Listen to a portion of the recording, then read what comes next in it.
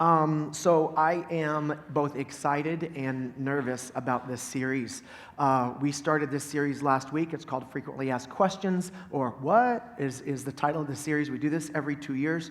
I ask you guys to tell us the questions that you have that keep you back, or that are obstacles to you and your faith, and then we want to hit those straight on. Like, what big questions do you have? Now, we got a lot of little questions like, what does this word in this verse mean? Or, what about this? Or like, we got a lot of individual random questions, but as people started sending in more and more questions, they seemed to clump under three main headings. And so those are the three that we're going to be addressing in this series. So last week I thought, do I put the hard ones at the end or do I want to put the hard ones at the beginning? So I said, I'll put the hard ones at the beginning. Dang it, let's just rip the Band-Aid off and we're just going to jump in head first. Like I'm not the guy who sticks his toe in the water and then his ankle in the water and then like homeboy's going off the deep. Like I'm just going to jump in. That's my personality. So last week we just took right off in this series and started talking about sexuality.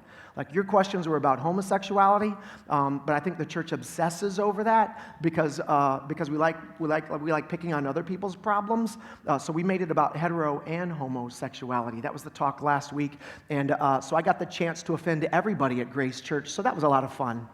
Actually, well, I did appreciate there was absolutely zero hate mail, and so we have people who are broken, and we have people in our church, both hetero and homosexual, who are broken in the area of sexuality in their heart. And the feedback that I got that last week was helpful. So that was the win, right? Like if we can hang on to biblical truth without letting go of grace, love, or kindness, I mean that's the win, man. I think some churches out of fear, will like bash everybody with truth, and then some, out of fear would compromise truth and just no, we like everybody, everybody's right, but everybody can't be right. Tolerance doesn't mean everybody's right. Tolerance means I'm cool with you even when you're wrong, right? Or some churches out of pride will bash everybody, and that tough balance is to walk the path that Jesus did. The Bible says both grace and truth. This week is the second week in the series, and we're talking about science. Because a lot of the questions had to do with what about the ways that the science and the Bible? Do Christians believe in science?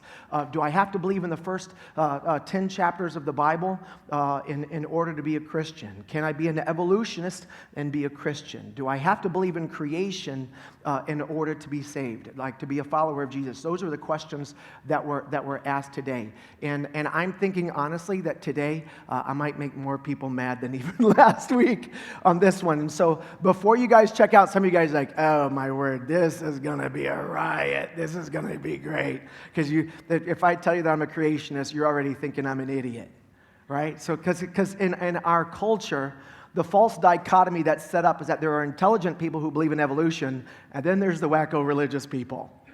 That's kind of the way it is. So like if you don't believe in evolution, it's because you're an idiot or because you've checked your brains at the door. So the short answer to the question, can I be a Christian and an evolutionist? The short answer to that is yes and no. Let's pray. We're dismissed. Well, I mean, it depends on why you're an evolutionist. I mean, if you're an evolutionist because you have a bias against the supernatural, then no, because you probably have a really hard time believing that Jesus really did physically raise from the dead. If you have a bias against the supernatural, then you probably genuinely struggle with whether or not you believe in the resurrection. And without the death, burial, and resurrection of Jesus, we stand before God guilty and condemned because of our disobedience towards Him and our selfishness towards others. Like without Jesus' resurrection, then we have no substitute payment for our debt. And if God is good when we stand before God on Judgment Day and He says, are you innocent or guilty of breaking my laws and being selfish towards others? I'm going to say I'm guilty. And would a good God let guilty people off the hook? Would any good judge let guilty people go free? No, so why would God? So if I stand before God guilty, like I'm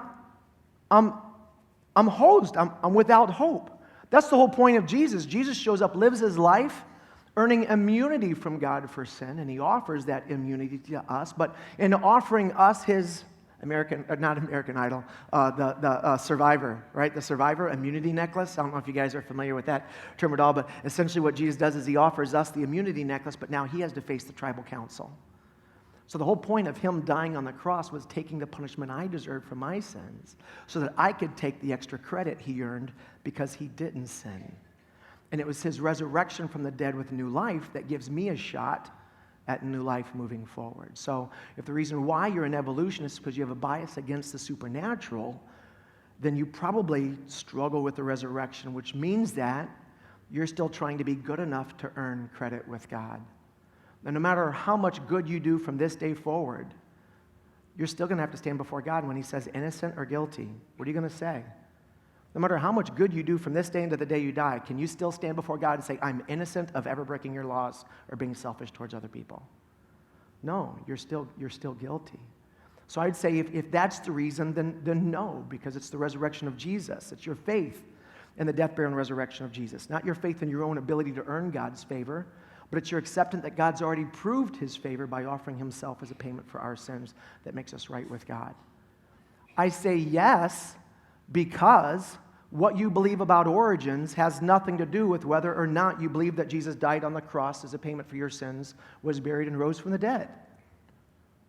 So if you don't have a problem with the supernatural, you just believe in evolution, but you do believe Jesus died on the cross, was buried, and rose from the dead, and you've transferred your faith off of your own goodness onto Jesus's, and you've simply at some point in your life called on God, God, rescue me from the consequences of my sin and help me to follow Jesus with the rest of my life, then yes, you are a follower of Jesus.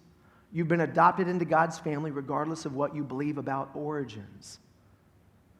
But I think the better question might be, can I be a creationist without committing intellectual suicide?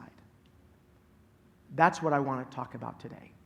Am I a moron if I accept the biblical narrative of origins? Obviously, I don't think I'm a moron. Does anybody here think they're a moron? Like, even the morons in the room were like, I ain't a moron. And we're like, yeah, listen to you. You sound like a moron. You are a moron. Like, nobody here thinks like all of us think that we're awesome. Like, everybody here thinks they're intelligent. Everybody thinks their opinions are right. Because if we thought we were wrong, what would we do? We would change our opinion. But since we haven't changed our opinion, it's because we all think that we're right. We all think that we're smart. But the question is, if you are a creationist, does that mean you're an idiot? That's what I want to talk. And this is important because I think that what you believe about origins at some level has to shape your theology. What you believe about God, what you believe about sin. If man over millions of years evolved, at what point in the story does sin enter the world? And was man created in the image of God? If so, when?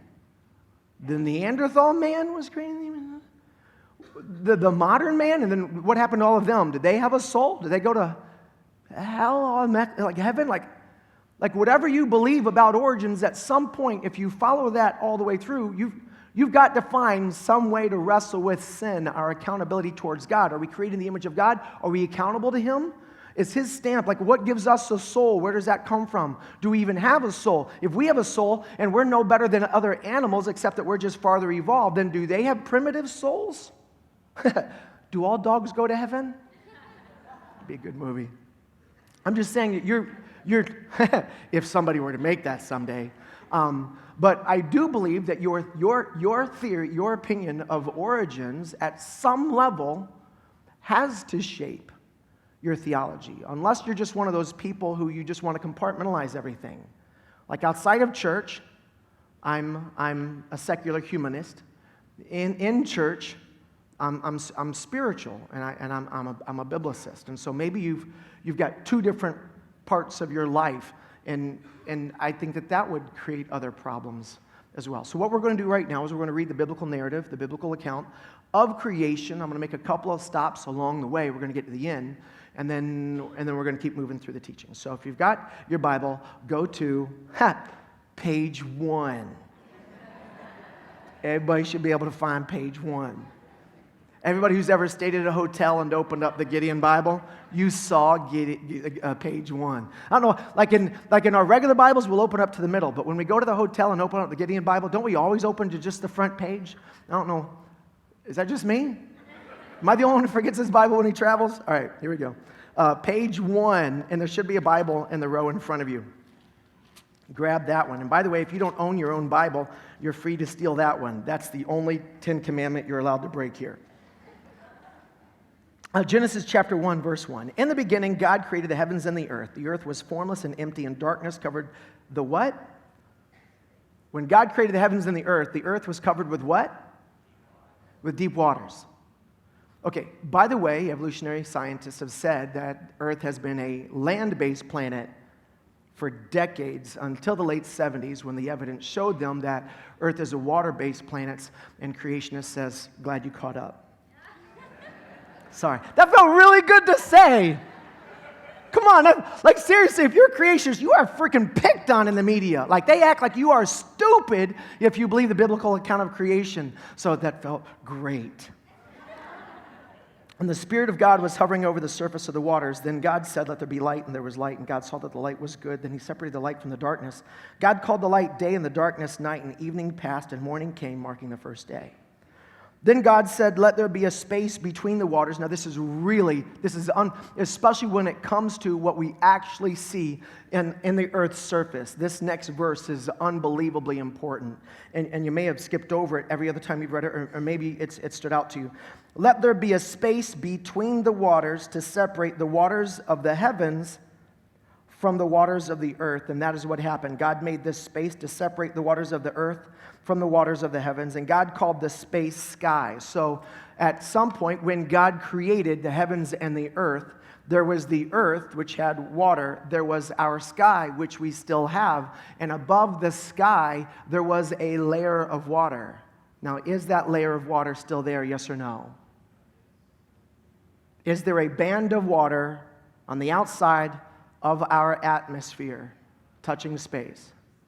No, but if there was, it would have been subjected to freezing temperatures. That's not there anymore. Where did it go?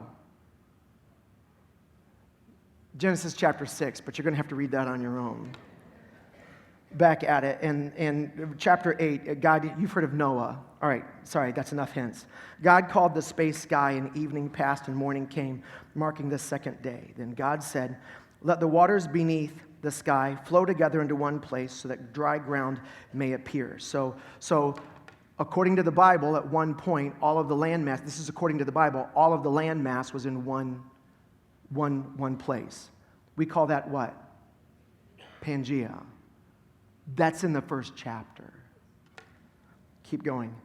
God called the dry ground land and the waters seas, and God saw that it was good. Then God said, let the land sprout with vegetation, every sort of seed-bearing plant, and trees that grow seed-bearing fruit. These seeds will then produce the kinds of plants and trees from which they came, which is exactly what we still see in nature. And that is what happened. The land produced vegetation, all sorts of seed-bearing plants and trees with seed-bearing fruit. Their seeds produced plants and trees of the same kind. And God saw that it was good. And evening passed and morning came, marking the third day. Then God said, let lights appear in the sky to separate the dark from the night. Let them be signs to mark the seasons, days, and years. Let these lights in the sky shine down on the earth. And this is what happened. God made two great lights, the larger one to govern the day and the smaller one to govern the night. We know their names. One is the sun. The other is the moon.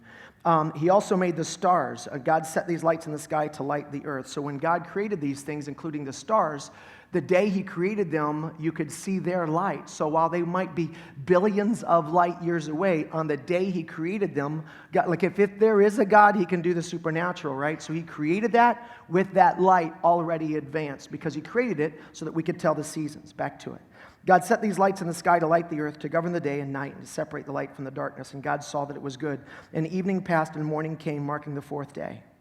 Then God said, let the waters swarm with fish and other life. Let the skies be filled with birds of every kind. So God created the great sea creatures and every living thing that scurries and swarms in the water, and every sort of bird, each producing offspring of the same kind, which is as we see it in nature today. And God saw that it was good. Then God blessed them, saying, be fruitful and multiply. Let the fish fill the seas, and let the birds multiply in the earth. And evening passed and morning came, marking the fifth day.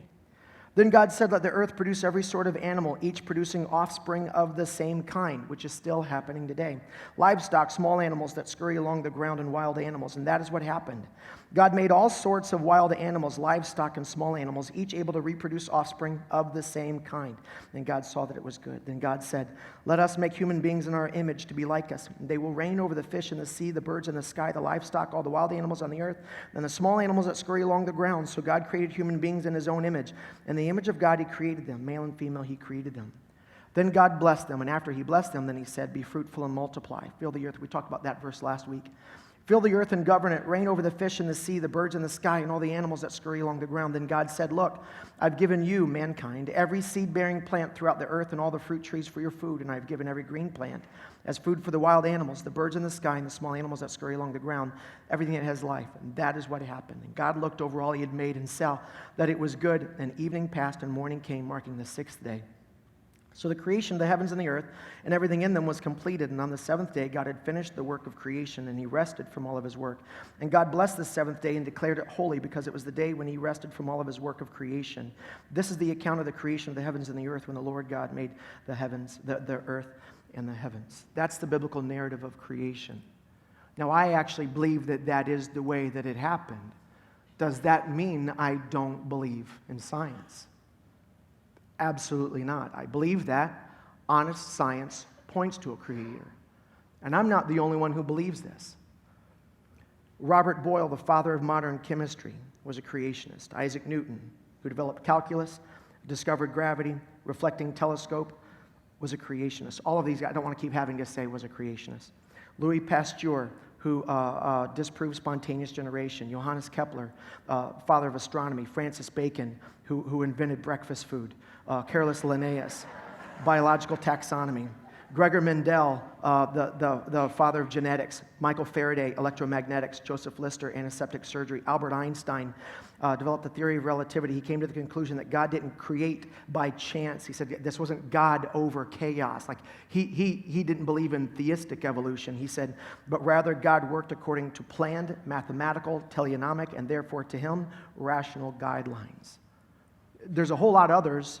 But in 2001, PBS did a series called Evolution, and in that series, this is what they said. They said, all known scientific evidence supports Darwinian evolution, as does virtually every reputable scientist in the world. Is that true? You see, that was said to bully everybody who disagrees with them, because it's not true. Because over 100 different scientists from all different kinds of fields, from astrophysicists to molecular biology, from the overwhelming majority of the Ivy League schools, as well as the tech colleges and universities from all over America, wrote a 151-page response to that documentary called A Descent to Darwinian Evolution. They quoted professors from MIT, Harvard, all who disagreed with evolution. But those things are said to push those who disagree with them into a corner. Everybody who's smart agrees with me. Everybody who's smart agrees with me. Now, why would I say that to you? To put you on your heels. That's why I would do that. And they knew that. So they responded, and here's what they wrote. I'm not going to read, so I'm going to read the 151-page report that they wrote. But in this critique, they said that your documentary, they claimed that it failed to present accurately and fairly the scientific problems with the evidence for Darwinian evolution, and even systematically ignored disagreements among evolutionary biologists themselves. Science and faith are not mutually exclusive. If God is the creator of all that exists, then the mechanics of science and the mathematics on which it is based is ordered and structured at the will of God.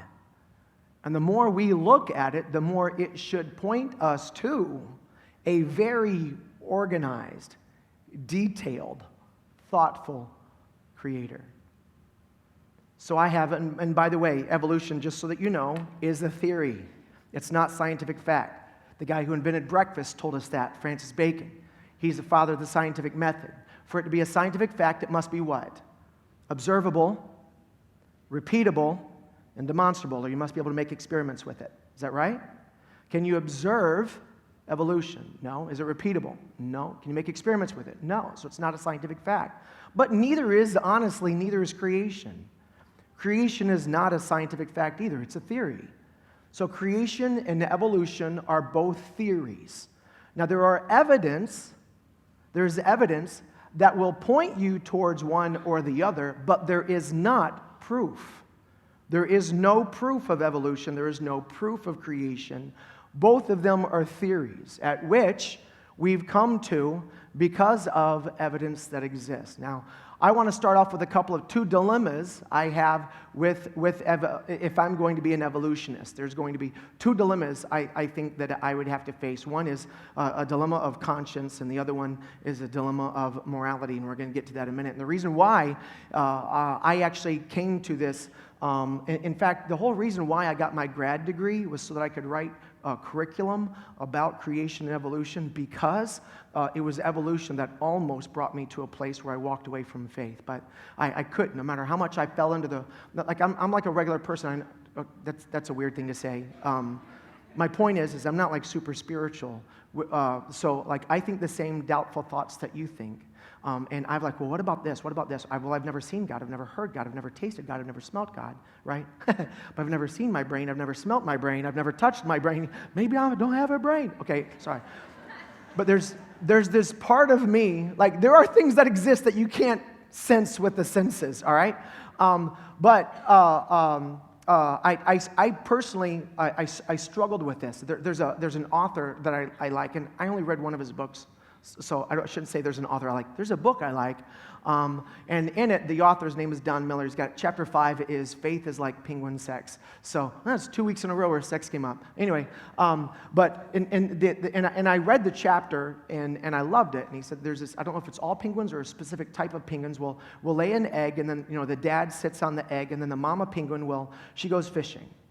And what's crazy about either all penguins or this brand of penguin, that the penguin mama always comes back on the exact day that the egg hatches.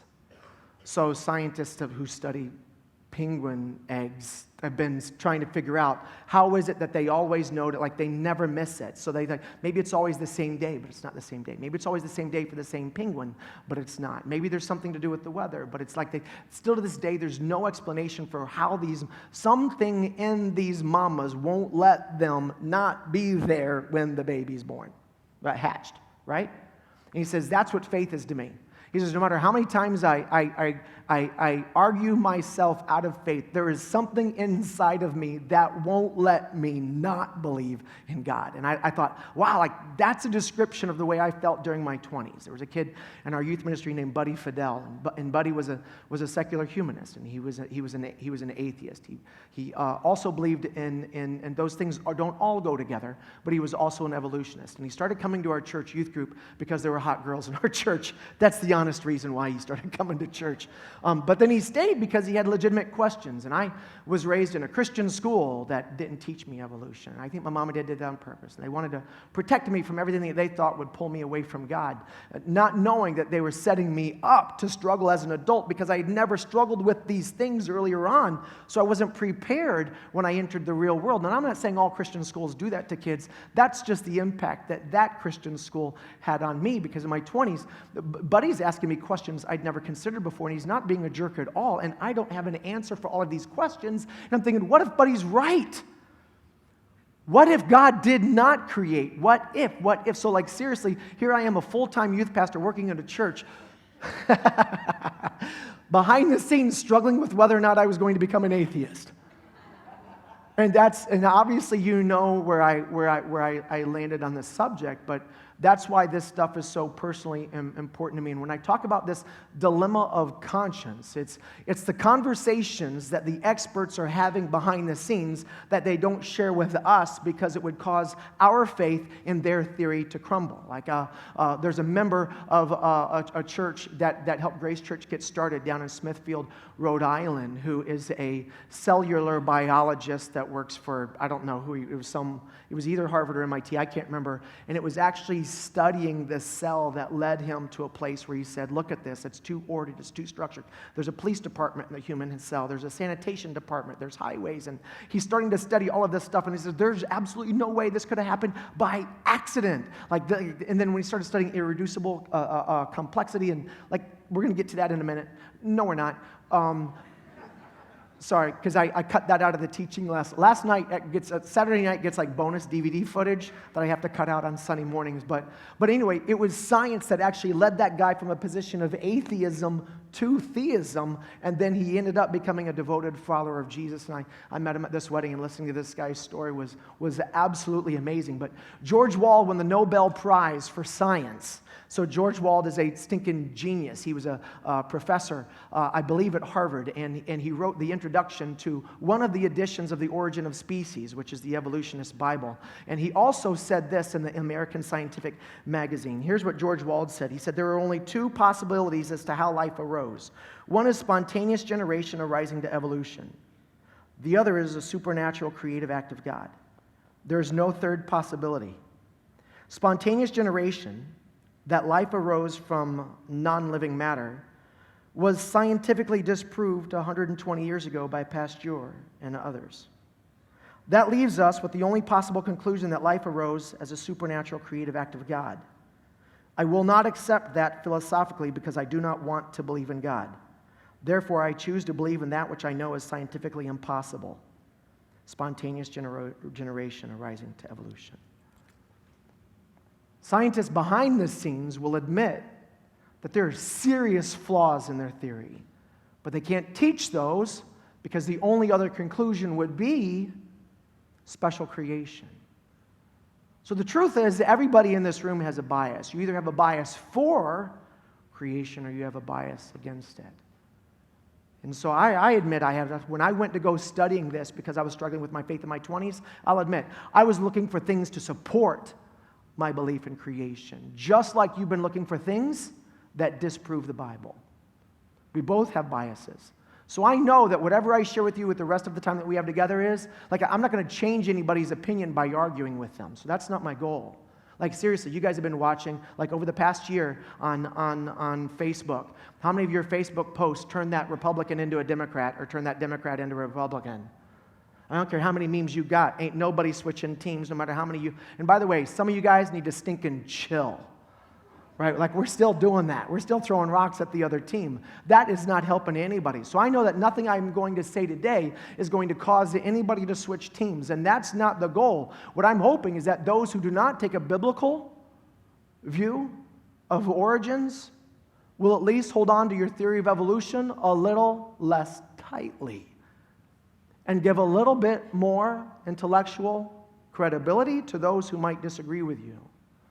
George Wald admitted up front, the reason why I'm an atheist, the reason why I do not want to believe in God, the reason why I'm an evolutionist, he said, is because I don't want to believe in creation.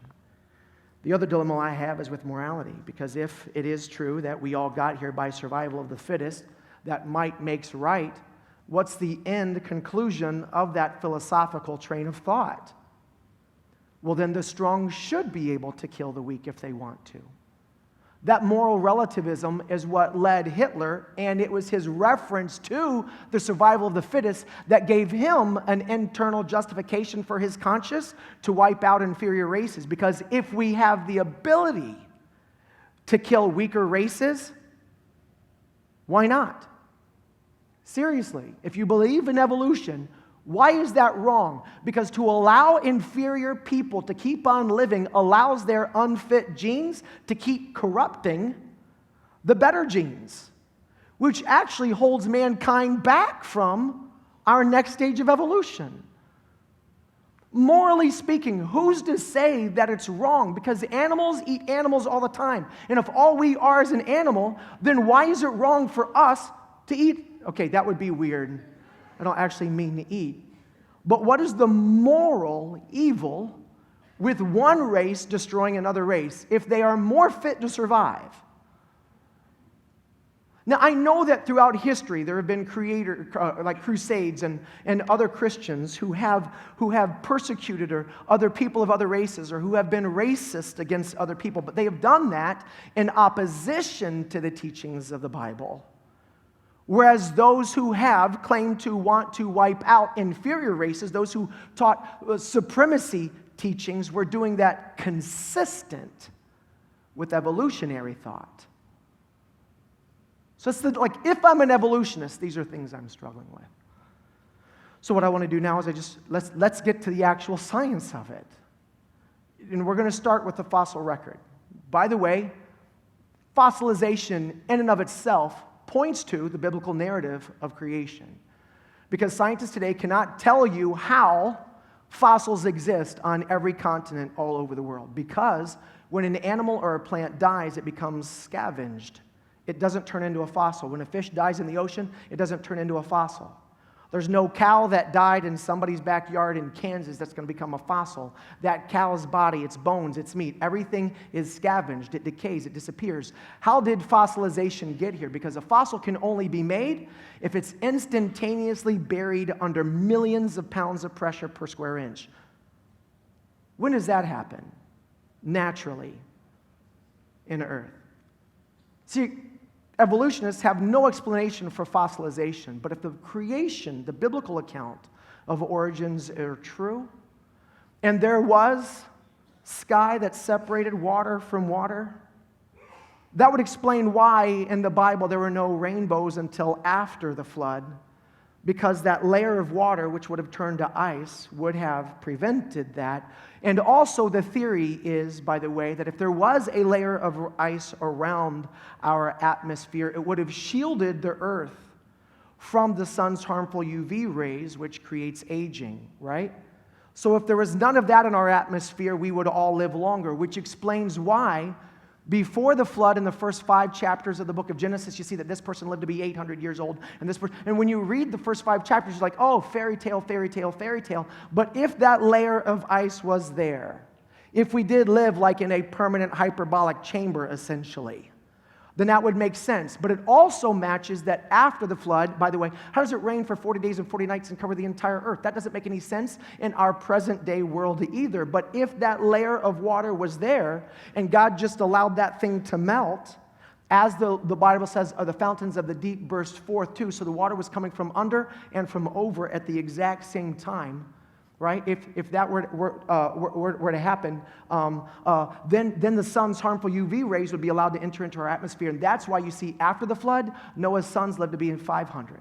Their kids lived to be 300. Their kids lived to be 200. Their kids lived to be 150. Then you get down to 100. Now you get to where we're at right now.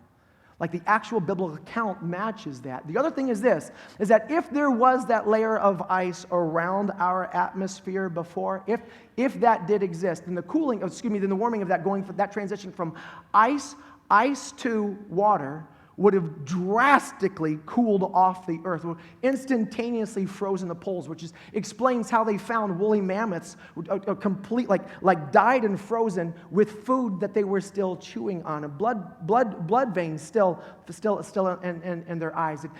If that ice canopy was there, then it would have acted like a greenhouse effect, and then the temperatures on the poles would have varied from the equator by no more than about 10 or 15 degrees. If that's true, then that explains why they have found tropical plants on the South Pole. Like, where do those tropical plants in Antarctica come from? And what I'm saying is that the evolutionary model doesn't explain that, but the biblical model of origins does. Does that make sense? So if that flooding happened, and there was instantaneous flooding and instantaneous cooling, by the way, that could have kicked off that most recent ice age too. Would have flooded the earth, and would have also instantaneously fossilized any of that plant vegetation. And then the layers that you see in the geologic column would also reflect not just simple to complex evolution, but also flight for life. Those things were stationary, they're at the bottom. And then the more mobile they are, the closer they are to the top. Would also be. I'm just saying also be. So in the fossil record, how many of you guys have ever said, I'm going to show you guys an example of the fossil record.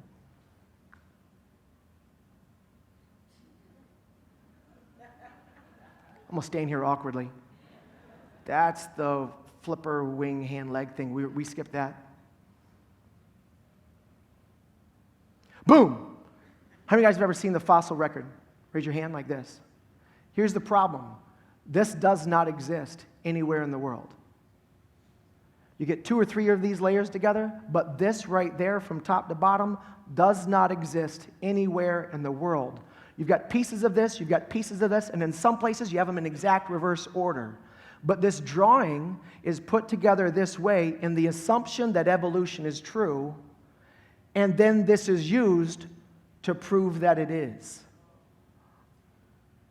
This does, Google it. The geologic column does not exist anywhere in the world. It does not exist.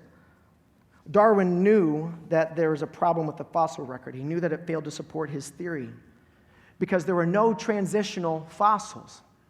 Like you see, so the drawing is drawn so like simple, evolves to a little bit more complex, a little bit more complex, a little bit more complex, a little bit more complex, and it keeps going.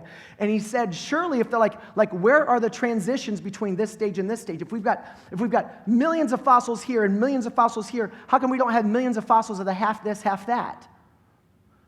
And there are no transitions for any species at any layer. If we naturally evolved over time, then where are the half species? In any family of species, where are those? They just don't exist. Darwin said, if numerous species belonging to the same genera or families have really started into life all at once, the fact would be fatal to my flaw. He said, if they did not slowly evolve, if they just show up all at once, fully formed, that would be fatal to my theory. And what the fossil record actually shows is that, by the way, if the fossil record were a football field, on the 1 yard line, you've got the simple-celled organisms. At the 16-yard line, on the other side of the field, you've got sponges and multi-celled organisms. 1 foot later, not 1 yard later, 1 foot later in the geologic column, you've got all kinds of species. I actually blended two. I did the fossil record and the tree of life. Can I show you the tree of life? How many of you guys have ever seen this? You guys ever seen that? Man all the way up at the top. By the way, the ideal man looks exactly like Darwin. Coincidence? I gotta be honest, if I was gonna draw it, I'd draw me there too. I gotta draw me too. But this actually isn't what the fossil record shows us at all. It's not one tree where everything comes from. It's a field of corn stalks. That's what we actually see in nature. Darwin asked, why, if species have descended from other species by insensibly fine gradations, do we not everywhere see innumerable transitionary forms? And the reason why is the fossil record discovered over the past 150 years jacks up his tree of life. Colin Patterson is a senior paleontologist with the British Museum of Natural History. He wrote the authoritative book Evolution, and he confessed this. He said, if I actually knew of any evolutionary transitions, fossil or living, I would have included them. But the reason why he didn't is because there are no transitionary fossils. There are no transitionary species. There does not exist anywhere in the world a half bird, half reptile. And if we have millions of reptiles and millions of birds, then shouldn't there be millions of halves? But they're not there. David Ropp, curator of the Field Museum of Natural History in Chicago, said, we are now about 120 years after Darwin, and we have even fewer examples of evolutionary transition than we had then. So German geneticist Richard Goldschmidt, realizing that there's no compelling evidence in the fossil record for evolution, as it was explained before, said, major evolutionary advances must have taken place in single large steps then. Really? Why must that have happened? Well, that must have happened, or what you believe is not true. There's two problems with this, is that this theory is motivated by a lack of evidence. There's no evidence to support that theory at all. It's called punctuated equilibrium. The second problem with this is that it contradicts the science of genetics. Dr. Duane Gish, PhD, UC Berkeley, is a biochemist, said the genetic apparatus of an animal is devoted 100% to reproducing another animal exactly like it. Colin Patterson, the evolutionist, said this: "For over 20 years, I thought I knew I was working on evolution, but there was not one thing I knew about it. So for the last few weeks, I've tried putting a simple question to various people and groups of people. The question is this: can you tell me anything that you know about evolution? Any one thing that is true?" I tried that question on the geology staff at the Field Museum of Natural History, and the only answer I got was silence. I tried it at the members of the Evolutionary Morphology Seminar at the University of Chicago, a very prestigious body of evolutionists. And all I got there was silence for a long time until one person spoke up and said, "Yes, I do know one thing. It ought not to be taught in high school. But if creation is true, the fossil record would look exactly like it does." Creationists don't have a problem with the fossil record. Evolutionists do. I showed you the geological column just a few minutes ago, and nowhere does it exist anywhere in the world, and I actually showed it to you out of order. The fact is there are anomalies, like fossils that are placed in the wrong strata.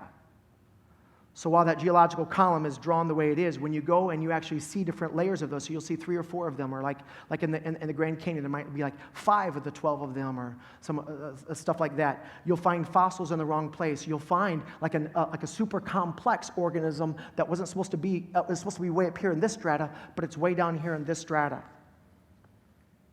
They say that it's in the wrong layer. So their explanation is that fossils that are too low or tall, or they come up with a term that are in the wrong place, are called stratigraphic leaks, and those that are too high are called reworked specimens. That's what they call them. But to the creationists, that's not a problem for us at all. In the Glacier National Park, there is a slab of Precambrian limestone that is supposed to be 1 billion years old, sitting on top of Cretaceous Cretaceous shale, which is only 100 million years old. So because I messed that up, let me say it again. In the Glacier National Park, there's a slab of Precambrian limestone that is 1 billion years old, sitting on shale that is only 100 million years old. So how did this one that is 10 times older get on top of the one that's supposed to be younger? Well, their theory is that the tectonic plates have shifted in the Earth's core or crust, and that lifted up that limestone and moved it over for 900 million years so that new sediment could settle. And then those plates shifted again and moved it back right into place. The only problem with that is that that limestone slab that supposedly lifted up, scooted over for 900 million years, and then scooted back in its original place, it is 350 miles long, 35 miles wide, and 6 miles thick. If those sliding planes were lubricated, it's been proven conclusively that that is physically impossible. It's not a problem for the creationists. It's only a problem for the evolutionists. Haeckel's embryos. How many of you guys have ever seen the drawing of the embryos? Raise your hand. Okay, this was proven to be a fraud in the 1860s. The similarities in early stages of their development were faked, and in some cases he used the. By the way, there's another diagram that has even more examples. But in some cases he used the exact same woodcut because he was so confident, and other times he simply redrew them. They were forged. This was exposed in the 1860s by his colleagues, and Stephen Jay Gould, the Harvard evolutionist, when confronted about this, admitted that he'd known for 20 years and said writers should be ashamed of the way these drawings have been mindlessly recycled over a century, and he called it, the evolutionist called it, this is the academic equivalent of murder, and this is still used in Stoughton high schools today to prove evolution is true, when everybody knows that's a fake, and they've known it for 157 years. Evolutionists call it ontogeny recapitulates phylogeny. Embryos repeat their evolutionary history through the adult forms as they develop, but this has also been widely dismissed for decades because it is empirically false. So why do they still teach it? The answer that's been given is that because although the drawings are fake, they teach a concept that's basically true. All right, if you want to do that, and you're admitting that it's fake, then don't use your fake drawings to prove that it's true. But biologists know that embryos are not most similar in their earlier stages. How many of you guys have ever seen The March of Evolutionary Man? Got that drawing? I'll show you that. This, for the sake of time, I'm going to have to fly through this, but Nebraska man, Homo erectus, Java man, Piltdown man, Peking man have all proven to be, I'll say this, some of them are based on one tooth. One of them is based on a skull cap, a femur, and 3 teeth. But they didn't tell you, because it's not in the textbooks, but it is in the record, that the skull cap was found with 2 other fully formed human skulls. But they don't want to tell you that, because then that leads to the conclusion that that skull cap is also human. And the femur, by the way, was found a year later. One of these guys is built on one orangutan tooth. If creation is true, though, we shouldn't be surprised at the absence of earlier ape-man fossils. We'll look at molecular biology. The Miracle of Life, the Emmy-winning PBS Nova broadcast on evolution, said 4.5 billion years ago, the very first organized form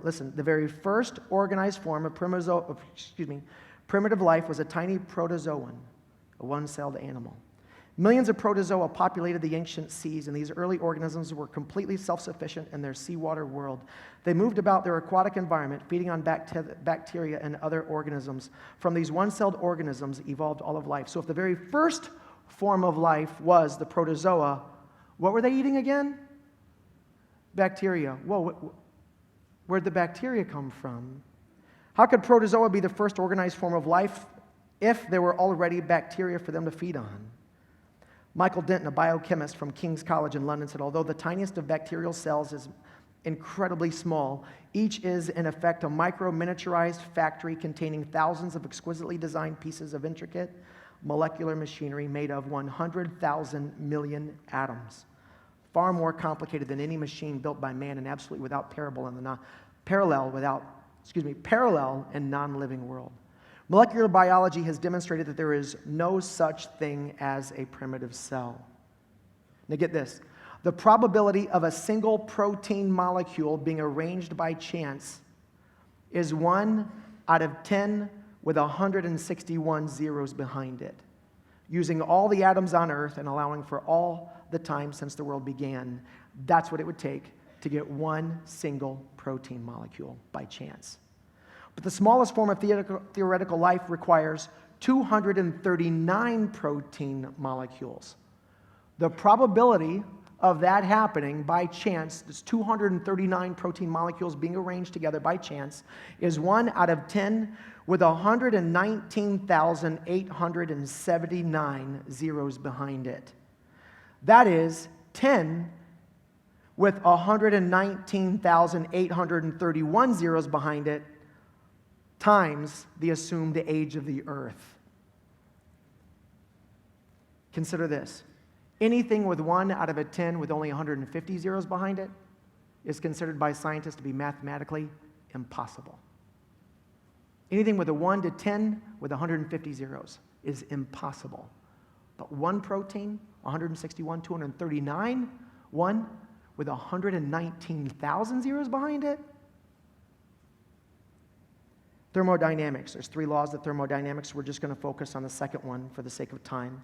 The second law of thermodynamics is about entropy. Everything moves from order to disorder and from complexity to decay. In evolution, atoms allegedly self-produce amino acids, and they auto-organize into more complex ways from amoebas to mankind. But that requires billions of violations of the second law of thermodynamics.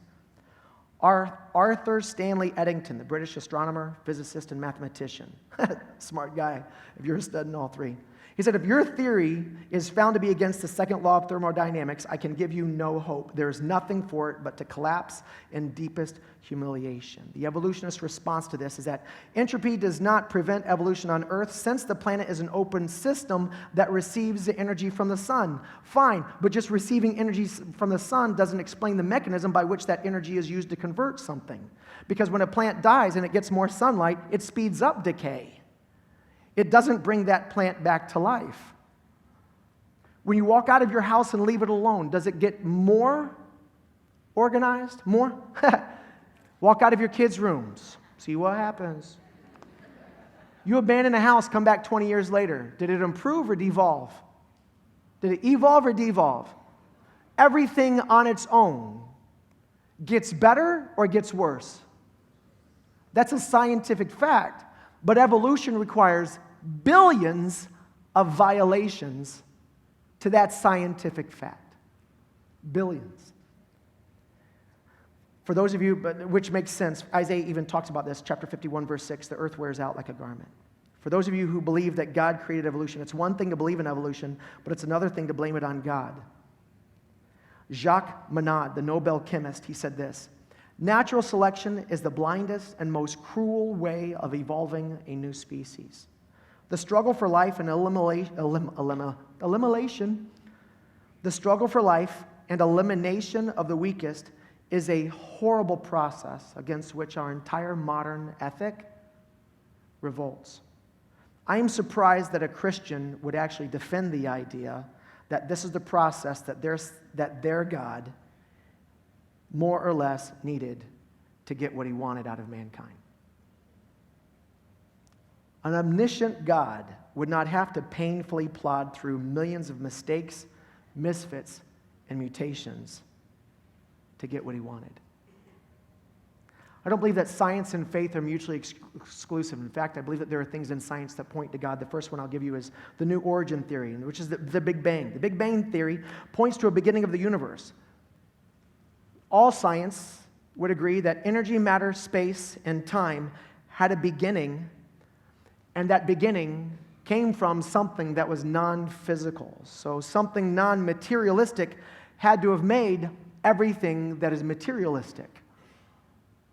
Evolutionists don't have an answer for that, but those of us who are creationists, that would point to something non-material bringing everything into existence. We would say that that actually points to the very existence of God.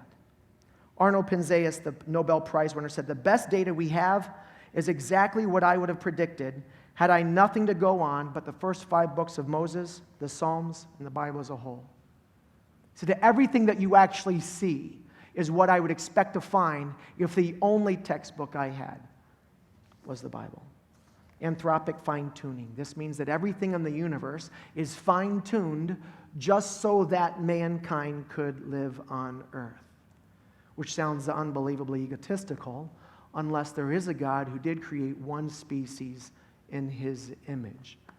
You slow down or speed up the rate of expansion of the universe, life would not be impossible. You change the distance from the earth to the sun, life would not be purpose.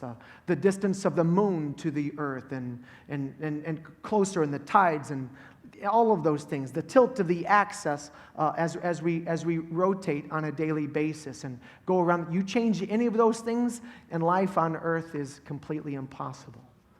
We would say that all of those things are evidence that God absolutely loves us, and then put his thumbprint on everything we see so that we would come crawling to him, so we'd come running back to him.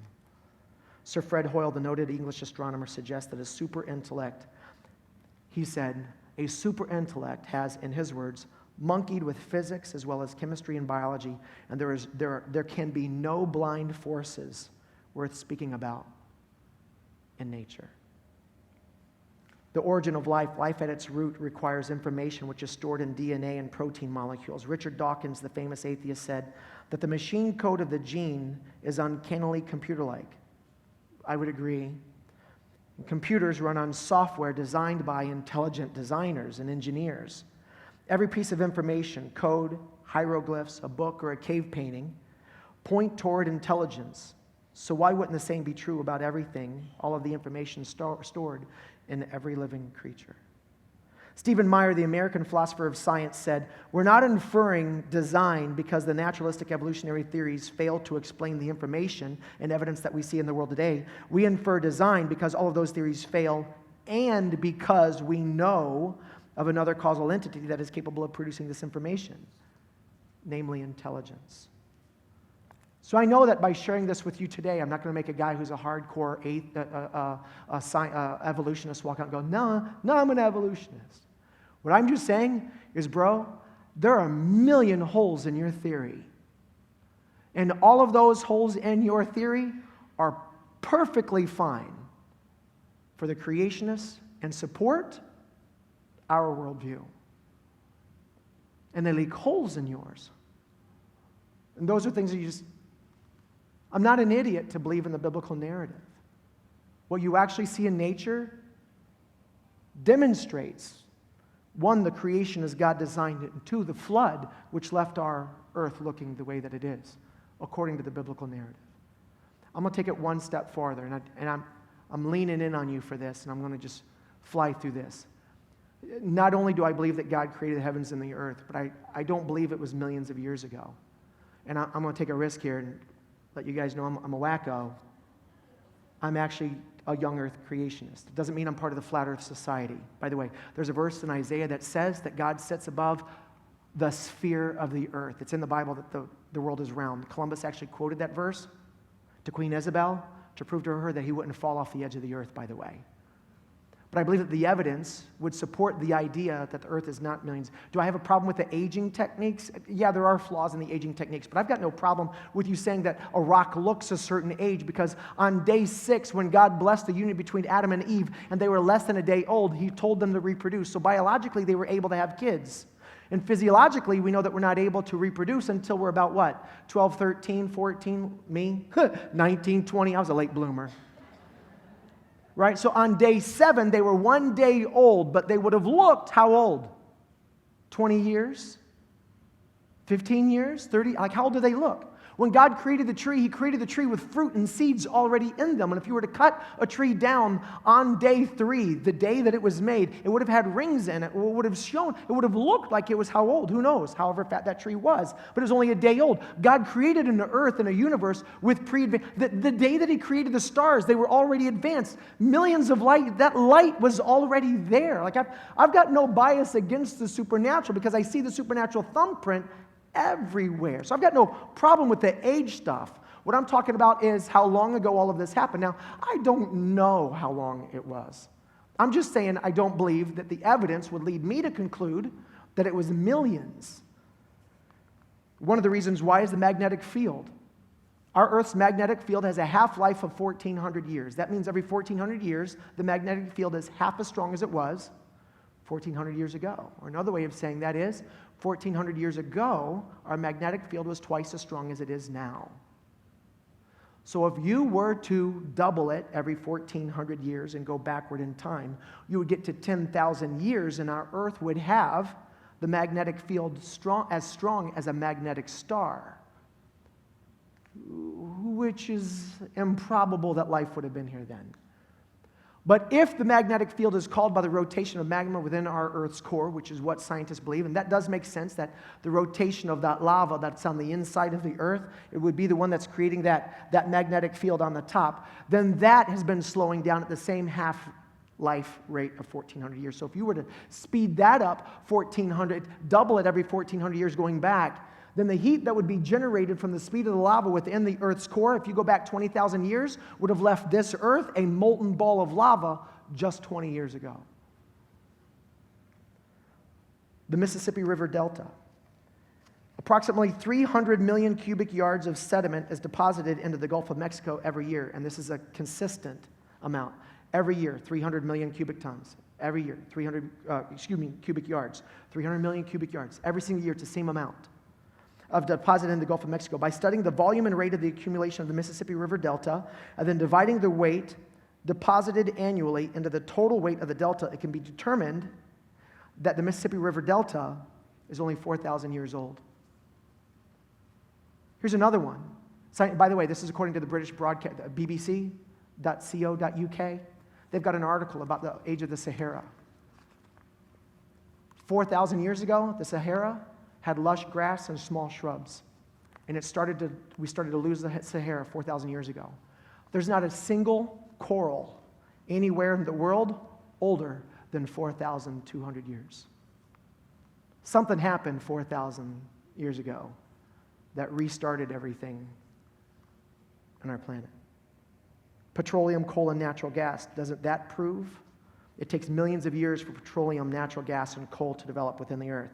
Recent experiments demonstrate conclusively that conversion of marine and vegetable matter into oil and gas can be done in a surprisingly short amount of time.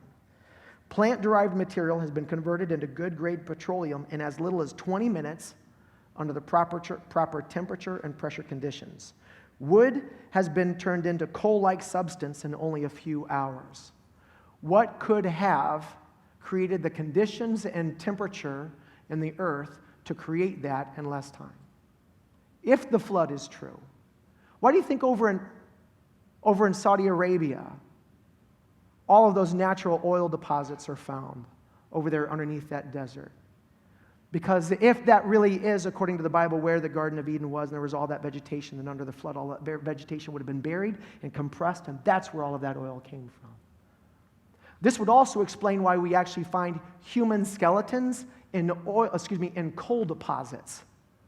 In a coal deposit, there's human skeletons and gold chains. They found gold chains in a coal deposit. And those are hundreds of millions of years. Where'd that gold chain, how did that get in there?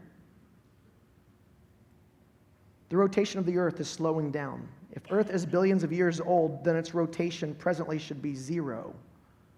Or taking the speed of the rotation of the earth right now, and we know how much it's slowing down by on an annual basis, if you were to go back in time and change the rate of speed and speed it up, if this earth was millions of years old, then all land masses should be at the equator, and we should be shaped more like a frisbee than a ball. The moon is receding from the Earth's gravitational pull at a constant rate every year. And if we are billions of years old, we shouldn't be able to see the moon.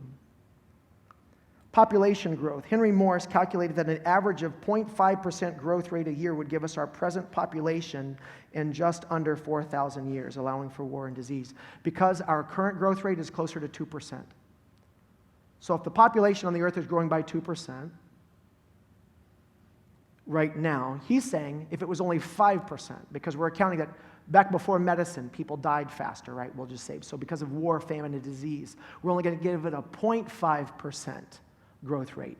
We could get today's population of 7 billion in only 4,000 years. What happened 4,000 years ago? How about this? If man really is 1 million years old, given that same 0.5 population growth, the number of people on earth should be 10 with 2,100 zeros behind it. That's a number that doesn't make sense to us. But compare it to this. Remember, if man is 1 million years old at only 0.5% growth rate, there should be number of people, 10 with 2,100 zeros behind it. Consider that there are only 10 with 130 zeros behind it, electrons in the entire universe. If man is 1 million years old, then where the heck is everyone? My only point I'm trying to make is I believe the evidence actually supports the biblical narrative, both before flood and after flood.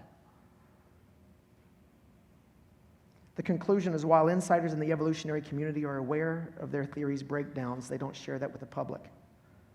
But the biblical narrative supports what we actually see in the entire universe, giving me the confidence as, of course, I think I'm intelligent. You think you're intelligent. As an intelligent person, to actually trust the Bible. It grows my faith. Science helps my faith in God. I see the fingerprint of God everywhere. And I hear bias in all of the TV shows. And I watch them too. Why would God put all of this there? So that we would find him. Why would he do that? Because he absolutely loves us. God wants to be found. By Romans chapter 1 says, the attributes of God are clearly seen in creation. One, that he exists, that there's right and wrong, and that there's consequences for wrong. Why? So that when that dawned on us, we would stop running from him. We would turn from our sin and begin following after him. And he did all of this because he loves us. Let's pray. God, I'm thankful that you're there. I'm thankful that you exist. I'm thankful that you didn't leave us clueless. I'm thankful for your inspiration of those people throughout history who wrote down the things that they knew were coming from you. I'm thankful for this book. I'm thankful for the evidence. I'm thankful for your world. I'm thankful for your creation. I'm thankful that we were created in your image. I'm thankful I have a soul. I'm thankful that I'm different from the animals. I'm thankful that you didn't walk away from me even when I walked away from you. I'm thankful that you still chase me down even when I run from you. I'm thankful that you forgive me for every stupid thing I've ever done in my entire life, and even when I do it again, you forgive me again. God, I'm thankful. I don't follow you because I'm afraid of you. I follow you because I'm grateful to you. God, gratitude is the motivator of my life. Gratitude is the reason why I hate my sin. Gratitude is what moves me to turn from it, call on you for forgiveness, and ask you to help me follow you. Gratitude, God, is why I want to give the rest of my life for you. Gratitude. I'm thankful, God, that you love us. I'm thankful. God, for those in here who are distant from you, keep drawing them to faith in you through your Son, Jesus. For those who are biased against you, God, I pray that today might just give them a little wedge where they would allow in their head for the possibility that you just might actually be there and love them too. If that's where you're at, maybe your prayer is, God, I don't know if I believe in you or not, but if you're there, I'm open to you. Could you make that prayer? Like, I know that would be weird praying to a God that you don't believe in, but maybe your prayer could just be, God, if you're out there, I'm open to it. I mean, what's the harm in that? I'm letting you prove yourself to me at some, just let me know you're there. Could you make that prayer? God, I'm open to the idea that you're there, but if you show me. And I don't know how God will do that. It'll just have to fit who you are. God, I pray that you'll answer that prayer. And I ask this in the name of Jesus. Amen.